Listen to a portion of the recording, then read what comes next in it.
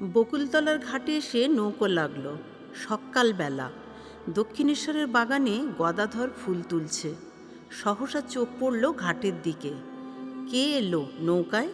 আশ্চর্য, স্ত্রীলোক। কিন্তু এ কি তার অদ্ভুত বেশবাস! পরনে গেরুয়া, হাতে ত্রিশূল, ঘাড়ে পিঠে অসম্বদ্ধ চুল। এ যে সন্ন্যাসিনী। এ এখানে এলো কি করে? এখানে তার কি কাজ? কে তাকে পথ দেখালো? তাড়াতাড়ি নিজের ঘরে ফিরে এলো গদাধর। ডাকলে হৃদয়কে। ওরে দেখ গিয়ে, ঘাটে এক ভৈরবী এসেছে। কি তার গায়ের রং, কি তার চোখের ছটা, কি তার ভঙ্গির তেজ! চাঁদনিতে রয়েছে, যা তাকে গিয়ে ডেকে নিয়ে আয় এখানে। হৃদয় তো অবাক। সে এখানে আসবে কেন? তুমি ডাকলে তার কি? তুই যা না, গিয়ে বল আমি এখানে আছি, তাহলেই সে আসবে। তাই গেল হৃদয়। গিয়ে দেখল ঘাটের চাঁদনিতে ভৈরবী বসে আছে চুপচাপ, যেন বা তারই সংবাদের প্রতীক্ষায়। বললে তার মামার কথা, মামা যেতে বলেছে তাকে। হৃদয় তো অবাক। এক বাক্যে উঠে পড়ল ভৈরবী। বিনা প্রশ্নে অনুসরণ করলে চলে এলো গদাধরের ঘরের দরজায়। গদাধরকে দেখেই আনন্দে তার বিস্ময়ে কেঁদে ফেলল। বললে উচ্ছ্বসিত হয়ে, বাবা তুমি এখানে? শুধু এইটুকু জেনেছি তুমি গঙ্গা তীরে আছো। সেই থেকে খুঁজে বেড়াচ্ছি তোমাকে। এতদিনে দেখা পেলাম। বছর 40 বয়স হবে ভৈরবীর। অভিভূতের মতো তার দিকে তাকিয়ে রইল গদাধর। বললে, আমাকে তুমি খুঁজে বেড়াচ্ছ মা? কিন্তু আমার কথা তুমি জানলে কি করে? মা মহামায়া জানিয়ে দিলেন। বললেন, এই 3 জনের সঙ্গে দেখা করো। 3 জন? হ্যাঁ, আর 2 জনের সঙ্গে পূর্ব বাংলায় দেখা হয়েছে। বাকি তোমাকেই এতদিন খুঁজছিলাম। গৃহহারা সন্ন্যাসী শিশু যেন মাকে ফিরে পেয়েছে, এমনি আগ্রহে গদাধর আঁকড়ে ধরল ভৈরবীকে। কত দিনের কত সুখ দুঃখের কথা বলতে বাকি।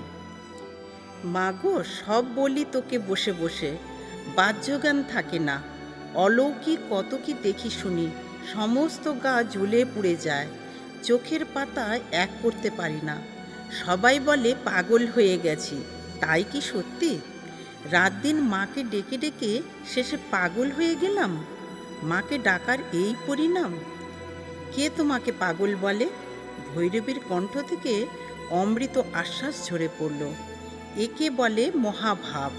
এ ভাব চেনে এখানে এমন কারো সাধ্যি নেই। তাই যেমন সব পণ্ডিত তেমনি সব ভাষ্য। মহাভাব। গদাধরের 2 উন্নিদ্র চক্ষু জল জল করে উঠল।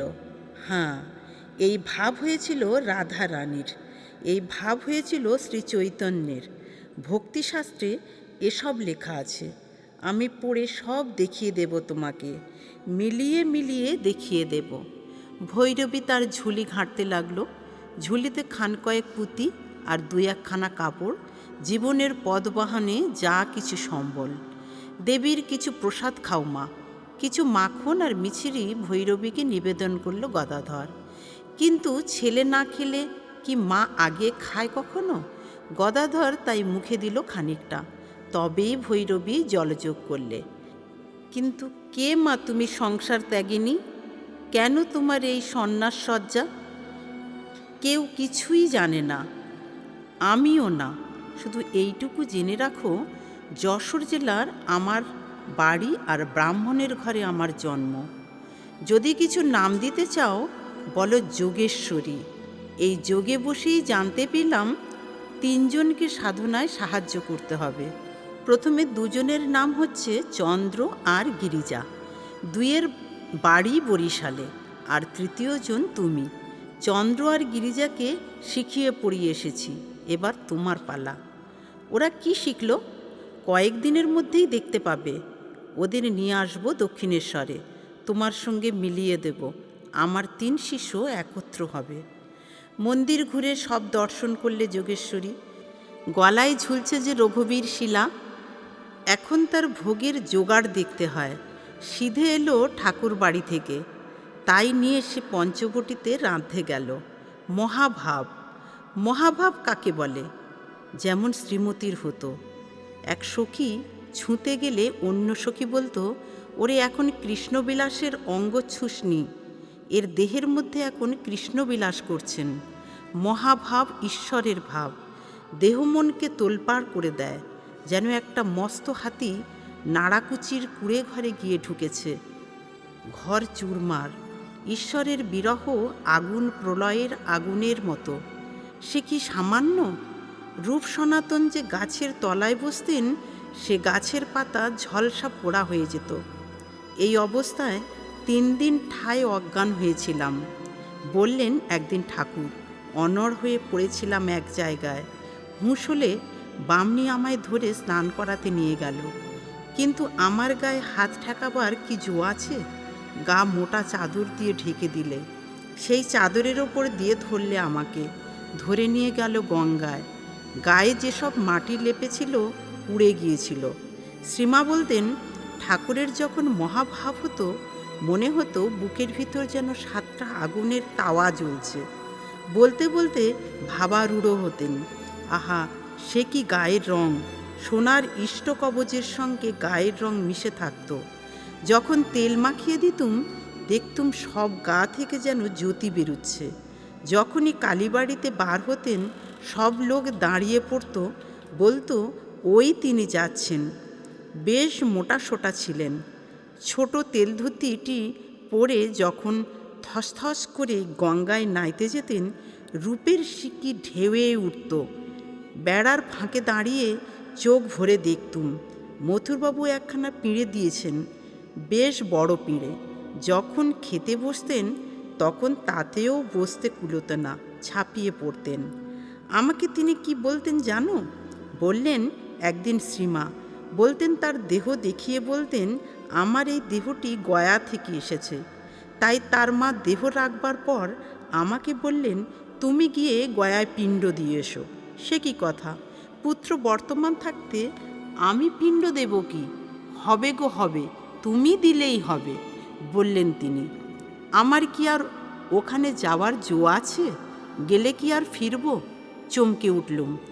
কাজ নেই, তবে গিয়ে আমি যাব। বুড়ো গোপালকে নিয়ে পরে আমি গিয়েছিলুম গয়ায়। রান্না করে রঘুবীরের সামনে ভোগ্য ব্যঞ্জন রেখে ধ্যানে বসেছে ভৈরবী। বাহ্যজ্ঞান লুপ্ত হয়ে গেছে, গাল বেয়ে ঝরে পড়ছে আনন্দ বৃষ্টি। ধ্যানে দেখছে স্বয়ং রঘুবীর যেন খাচ্ছে সেই তার নিবেদনের অন্ন। আহা, খাক তৃপ্তি করে, আনন্দে আত্মহারা হয়ে। জ্ঞান হয়ে চোখ মেলে নিজেই আনন্দে আত্মহারা। যে খাচ্ছে এ ভাত সে গদাধর। অনাহুত কখন চলে এসেছে পঞ্চবটিতে, চলে এসেছে অদৃশ্য কোনো প্রাণীর টানে, অদৃশ্য কোনো নিমন্ত্রণের সংবাদে। ভৈরবীর সঙ্গে চোকাচুকি হতেই জ্ঞানভূমিতে নেমে এলো গদাধর। অপ্রস্তুতের মতো বললে, কখন কি যে গোলমাল হয়ে যায়, যত সব আজব কাণ্ড করে বসি। ভৈরবীর মুখে প্রশান্ত অভয়।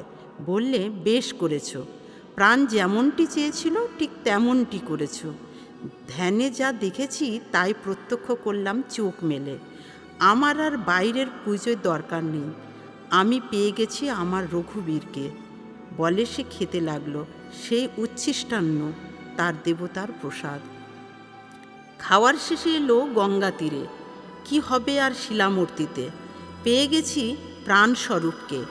এতদিন গলায় ঝুলিয়ে বয়ে বেড়াচ্ছিলাম যে শিলাখণ্ড, নিমেষে তা ফেলে দিলে গঙ্গায়।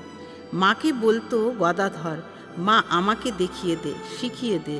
তোর ছেলে হয়ে আমি কি আকাঠ হয়ে থাকব?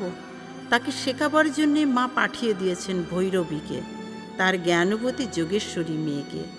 তন্ত্রশাস্ত্রে বিধিবেত্তা বহুদর্শিনী ভৈরবী পুত্রবৎ পড়াতে লাগলো গদাধরকে। কাকে বলে দিব্য দর্শন, কাকেই বা বলে দিব্যান্মদানা। বইয়ের লিখনের সঙ্গে লক্ষণ মিলিয়ে দেখিয়ে দিতে লাগলো। বহু জিজ্ঞাসার সমাধান হলো গদাধরের, হলো বহু সংশয় ছেদন। পঞ্চবটিতে বইতে লাগলো দিব্যানন্দের ঢেউ। চিদানন্দ সিন্ধু নীরে প্রেমানন্দের লহরী। দিন সাথে কেউ গেল অলৌকিক ঘনিষ্ঠতায়, কিন্তু বাইরের সংসার এ ঘনিষ্ঠতাকে কি চোখে দেখছে কে জানে।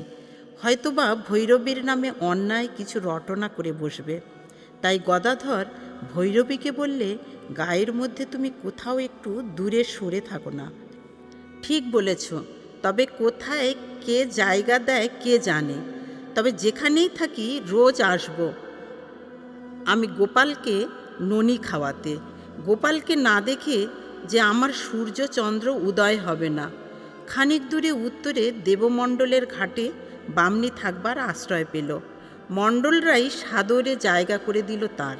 চাঁদনিতে তক্তাপোষে পেতে দিব্যি থাকো তোমার খুশি মতো।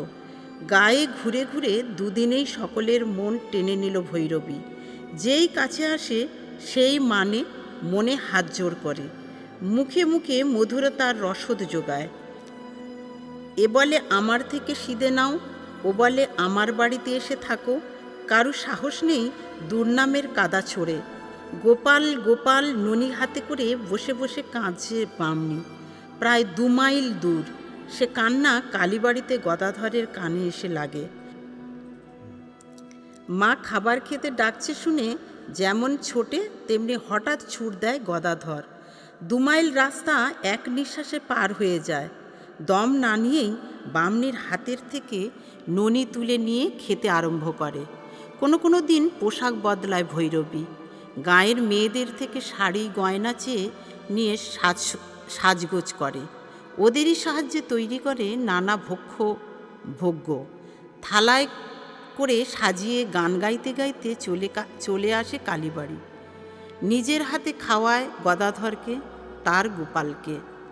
বলে নিত্যানন্দের খোলে এবার চৈতন্যের আবির্ভাব। গদাধরের মনে হয় এ যেন সেই নন্দরানী যশোদা। বাৎসল্য রসের সুরধুনী, শুধু জননী নয় জগৎগুরু। বলে একে একে 64খানা তন্ত্র শেখাবো তোমাকে। মার আদেশ, মার আশীর্বাদ। গদাধরের চোখ জলজল করে ওঠে। ঠাকুরের ধর্মজীবনের প্রথম গুরু নারী, যে নারী মাতৃত্বময়ী মঙ্গলে স্বরূপিণী।